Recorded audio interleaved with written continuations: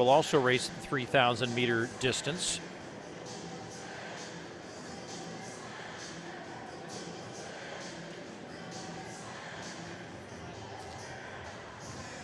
Just kind of eyeballing this field here, Lara, it does look like maybe we're going to be short the full listed field that we had in terms of folks. Now, it would be worthwhile to note, then, we've mentioned it already today, and for those of you who are subscribers at runnerspace Plus, or if you're watching on Big Ten Plus and you want an incentive to be a subscriber of Runnerspace Plus, is tomorrow here on this track will be the Mile City event. More than 1,000 runners coming into this facility to run only the mile distance. More than 50 races from seniors all the way up to the elite level athletes. It's a really fun event that's put on every year here by the University of Washington track and field program. But some of those milers had thrown themselves into the 3K today, which is not uncommon at this point in the season, but perhaps some of those are electing maybe I'll just do a mile this weekend.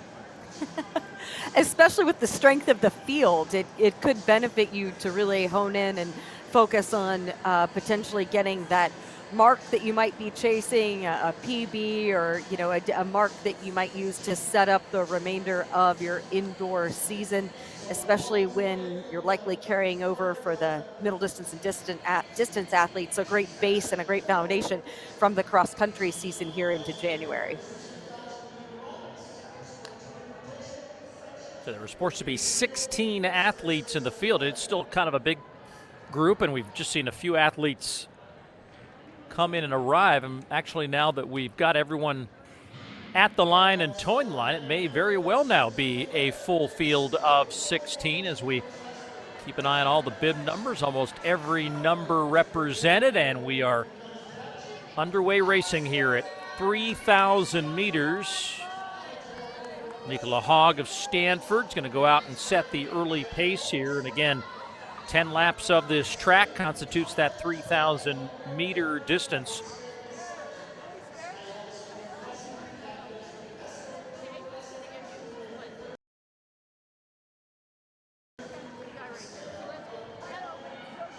To a rhythm of racing as they now have 9 laps to go. Hogg, a big part of Stanford's cross-country success, a part of a couple of their West Region team championships over the last few years. From Australia, and a few years ago was the Oceania Under-20 3,000 meter champion. So has had not only great experience, but also great success at this distance.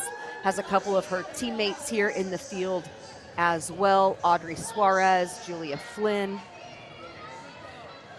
A number of those Portland athletes in the mix as well. You can somewhat, in a crowded field like this, to a degree, replicate some of that cross-country pack running tactics. You can't do it for very long because the race is just too short to do too much of it, but you can certainly use it early on to, in particular, set pace, which is what a number of these athletes are looking for. You certainly want this to shape up to be a nice, quick pace rather than leaving too much of the field packed in together and setting up something like a last 800-meter sprint. First 400 was 75.16 as they get through these early laps. And, I've been saying all day long, 300-meter oval here at Dempsey Indoors. That's not technically truly accurate. It's actually 307 meters if you want to be a stickler for it. That's one of the reasons they didn't start right at the finish line for a true 10 laps of a 300-meter oval. And some of these flat tracks really,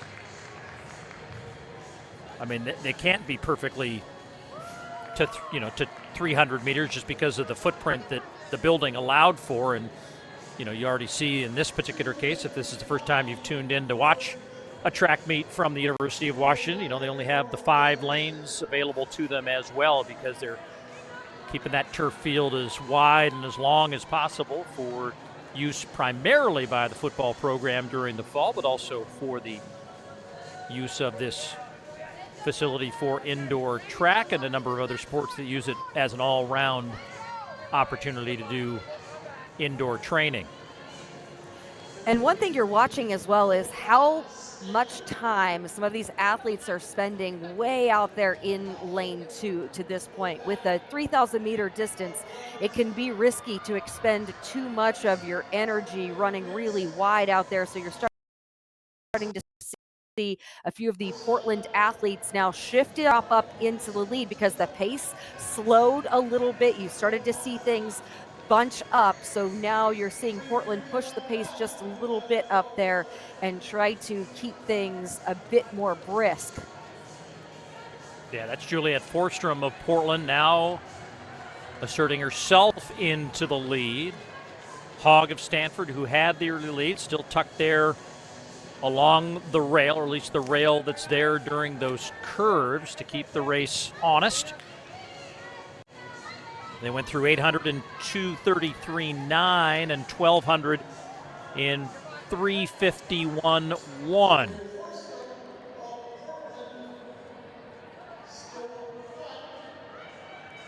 This race is setting up to somewhat benefit the athletes that have that 1,500 meter or 800 meter speed. An athlete like Julia Flynn, who has that hip 11 or, you know, that side chest number position 11 right in the middle of the pack. She has a great mile speed that she can lean into in terms of leaning into that and pushing this pace if we need to get into a bit of a closing kick for this 3,000 meter. But Portland doing a great job of commanding things up front.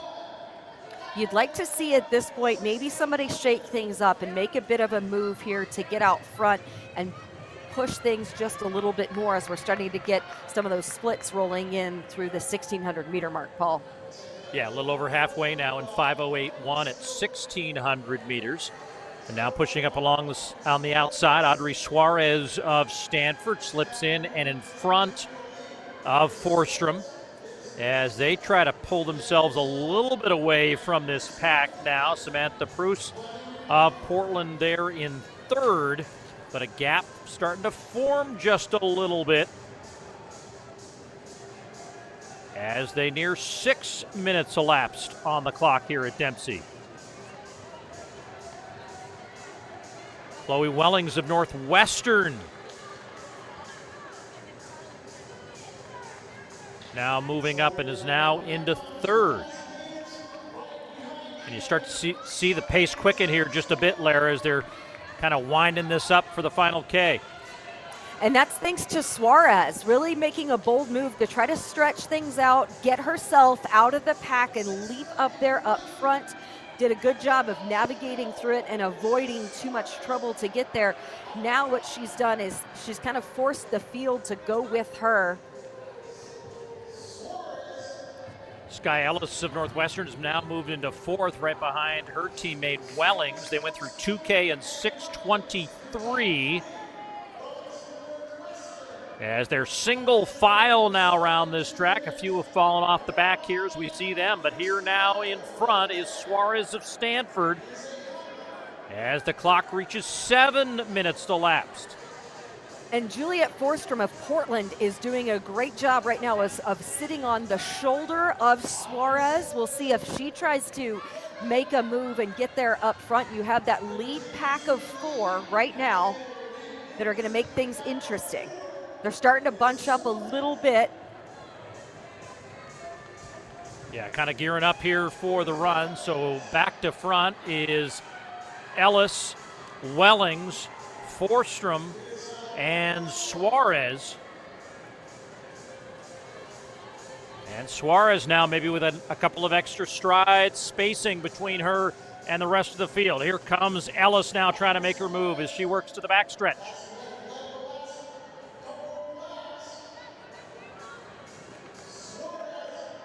Suarez maybe sensing the footsteps coming up behind her, but she still has the lead, but it's still 4 women here in the closing stretches of this 3,000 meters. Now finally a move. Is that Ellis now to the lead? Indeed it is. So Ellis, Suarez, Wellings, and Forsstrom. What Ellis needs to do is to try to extend this lead and get a little bit of extra distance over the rest of the field if she wants to set herself up from the win. They're all still really tightly packed. She made a move up front, but on her acceleration, she did enough to set in and settle in onto the rail, but really didn't gap the field at all. So if she's going to do that and try to take Suarez out of it, we're going to need to see a little bit of urgency. Yeah, Suarez's urgency was, I want the lead heading to the last half lap, and now she has it, followed by the 2 Northwestern athletes in Ellis and Wellings. Coming off the final turn into the home straight, Suarez with the lead. Here comes Ellis to challenge on the outside, but is not gathering much in the way of closure on the lead, and Suarez is going to win this one going away in the 3,000 meters, heat 4, the second fastest seeded time, but a quick time it is, 9:20.81. A track they say is fast is very fast on this day, and that, my friends, is not even expected to be the fastest heat of the night. And that is a massive personal best for Audrey Suarez. Her 3K PB coming in was 9:28.55. So a more than 7-second improvement over her lifetime best to